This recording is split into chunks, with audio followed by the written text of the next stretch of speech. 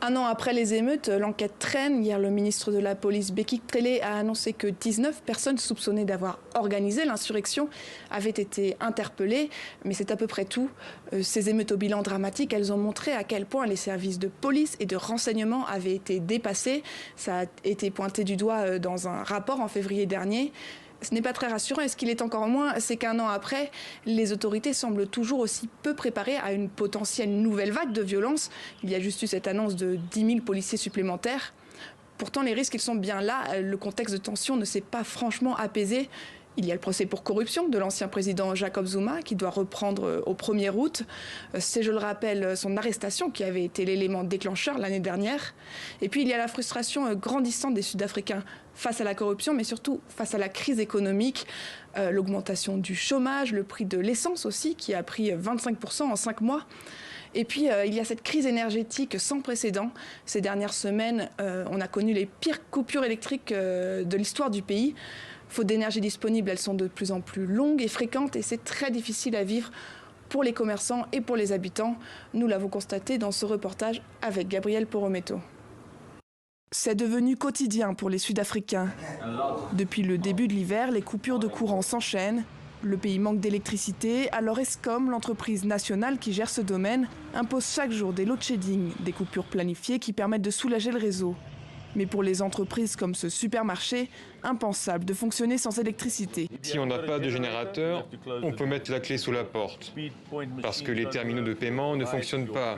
Les lumières, les réfrigérateurs.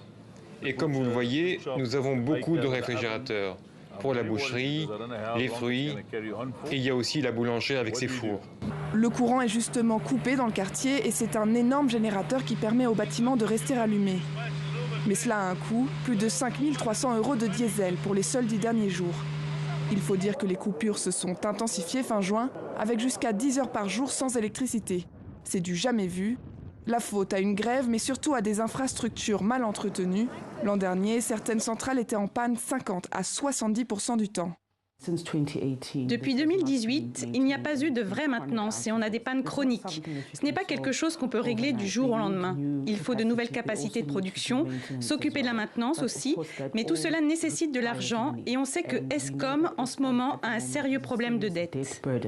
Une dette de 23 milliards d'euros, et si les load shedding sont nationaux, tout le monde n'est pas logé à la même enseigne. Dans les quartiers défavorisés en particulier, les coupures se comptent parfois en mois.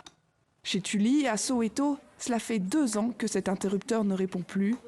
2 ans sans électricité, sans lumière. Le frigo ne sert plus que d'étagère. Et pour la toilette... Hier encore, j'ai dû jeter de la viande parce qu'elle était avariée. Et c'était beaucoup de viande. Elle était posée sur le carrelage. Pour chauffer, ça dépend de si j'ai de l'argent. Alors j'achète du gaz pour ce chauffage. Et les enfants, ils sont censés étudier, mais ils ne peuvent pas parce qu'il fait trop sombre. Devenue activiste, Tuli et ses voisines, elles aussi affectées, ont organisé une manifestation il y a 1 mois qui a poussé Eskom à réparer le transformateur électrique du quartier. Reste un problème pour de nombreux foyers, le prix de l'électricité qui dépasse facilement les 50 € par mois, à peine ce que ces familles touchent en allocation. En Afrique du Sud, 45% des habitants sont sans emploi.